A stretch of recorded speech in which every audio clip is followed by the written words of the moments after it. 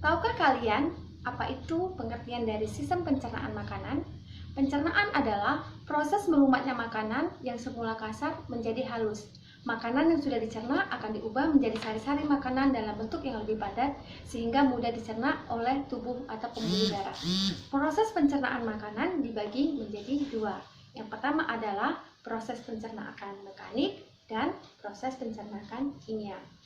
Organ penyusun sistem pencernaan makanan terdiri dari yang pertama adalah mulut, yang kedua adalah kerongkongan, yang ketiga adalah lambung, yang keempat adalah usus halus, kelima adalah usus besar, dan yang terakhir adalah anus.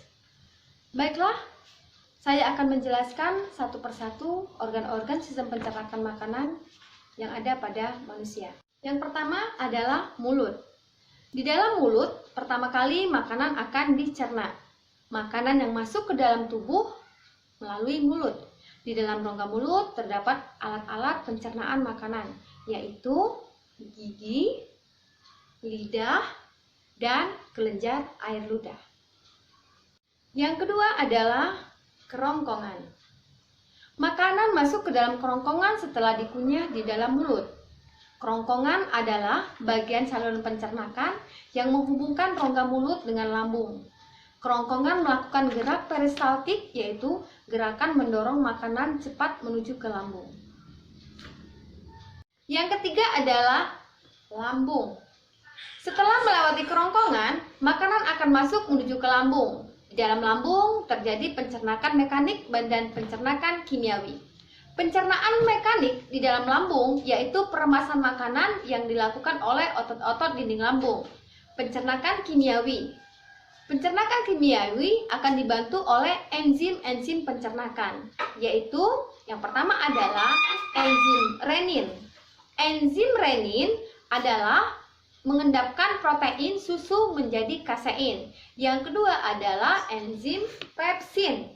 Enzim pepsin itu adalah mengubah protein menjadi asam amino. Dan yang ketiga adalah asam klorida atau HCl. Asam klorida atau HCl akan membunuh kuman-kuman dan penyakit yang masuk bersama makanan. Yang keempat adalah usus halus. Hasil makanan dari lambung biasanya akan berbentuk semi padat atau skim. Skim inilah yang kemudian dilepaskan secara sedikit demi sedikit melalui otot-otot Foley sphincter bagian pertama dari usus halus atau duodenum. Biasanya duodenum disebut dengan usus 12 jari.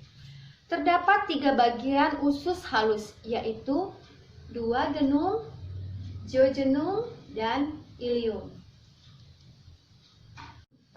Dan yang kelima adalah usus besar. Di dalam usus besar terjadi penyerapan air dan garam-garam mineral. Usus besar berfungsi untuk menyerap kelebihan air, lemak, mineral, sel-sel mati, dan bakteri yang berbentuk padat yang disebut dengan feces.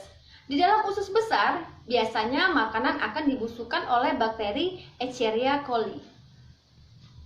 Dan yang terakhir adalah anus. Anus merupakan lubang akhir dari saluran pencernaan. Pada anus tidak terjadi penyerapan sisa-sisa sari makanan. Anus berfungsi untuk pengeluaran sisa-sisa sari makanan yang tidak bisa diserap oleh tubuh. Bahan padat hasil pembusukan akan dikeluarkan berupa feces. Feces didorong oleh otot-otot polos menuju ke anus sebelum akhirnya dibuang ke luar tubuh.